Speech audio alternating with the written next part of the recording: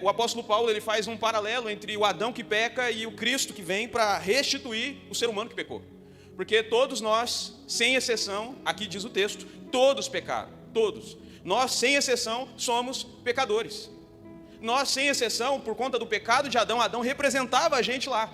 Isso é, se fosse eu ou você lá, cometeria o mesmo erro, o mesmo pecado de Adão. Esse é o pecado original. É por isso que somos pecadores. Muitas pessoas, a sociedade, ela entende que alguém é pecador, alguém é mau, alguém é bom por aquilo que a gente faz, por aquilo que a gente produz.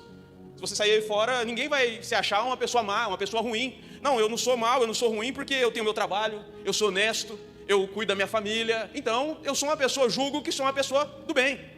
A questão do pecado original não está envolvida nas nossas ações boas ou ruins. Independente de quem você é, independente da sua cor, independente da língua que você fala, independente. Todos pecaram e destituídos estão da glória de Deus. Eu e você já nascemos com essa sentença sobre nós, de pecado. A consequência daquele pecado de Adão, ela é visível em todos nós. Ela é visível, todos morrem, todos sentem dor, fome. Essas são as consequências do pecado original.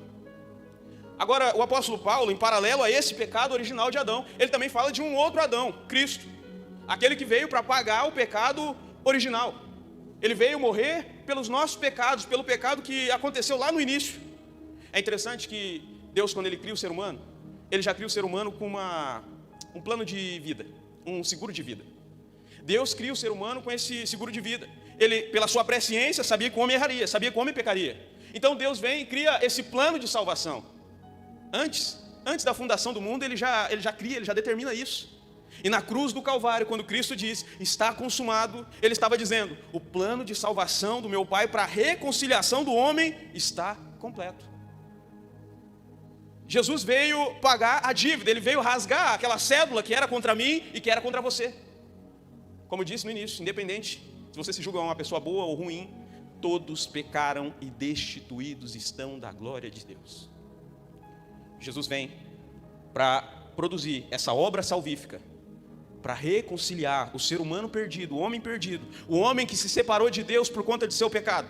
Jesus vem para unir novamente, para trazer uma nova aliança, para unir o homem novamente com Deus. E na cruz do Calvário ele faz isso. Na cruz do Calvário, Jesus salva a raça humana. Ele salva a raça humana. Ele não morreu por um grupo específico, por A ou por B ou por C. Ele não tem os preferidos dele, não. Ele morreu por todos. A cruz do Calvário, o sangue dele é pela humanidade, é pela raça humana. A Bíblia mostra para nós em Tito 2,11 que a graça salvadora é manifestada para a salvação de todos os homens. Todos os homens são salvos pela morte redentora de Cristo Jesus. A Bíblia diz em 2 Coríntios 5,15 que Jesus morreu por todos. É interessante, o apóstolo João, numa expressão poética, ele vai dizer algo lindo em João 3,16. Porque Deus amou o mundo de tal maneira. Uma expressão poética para dizer que ele amou a raça humana. Porque Deus amou o mundo de tal maneira que deu seu Filho unigênito para que todo aquele que nele crê não pereça, mas tenha vida eterna. Jesus morreu por todos. Na cruz do Calvário, querido, ele paga aquela dívida que Adão cometeu, representando todos nós.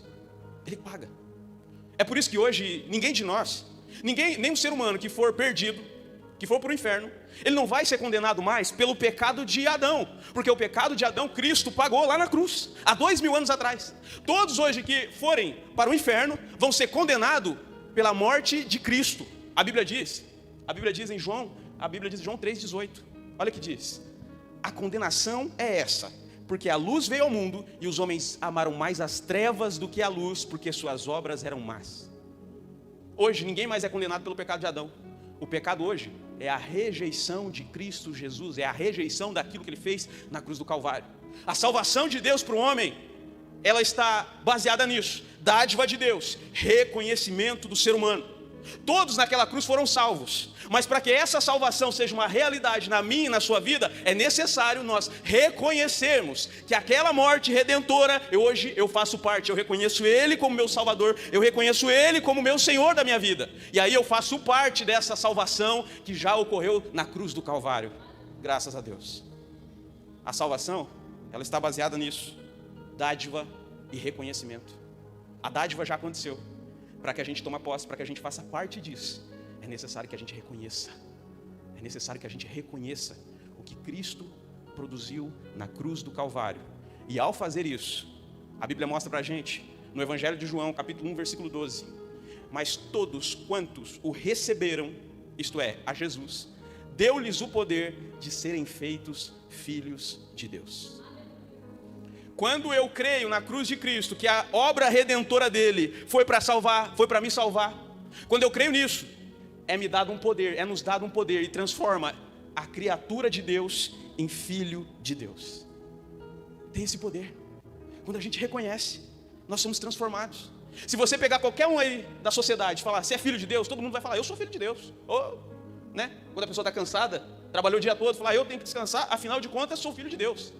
Todo mundo se julga filho de Deus. Na verdade, nós nascemos criaturas de Deus. Para ser filho de Deus, tem que reconhecer a obra salvífica na cruz do Calvário. E aí sim, a gente é recebido um poder do alto e nos transforma de criatura de Deus e passamos a ser filhos de Deus. Tem filho de Deus aqui nessa noite? Diga amém.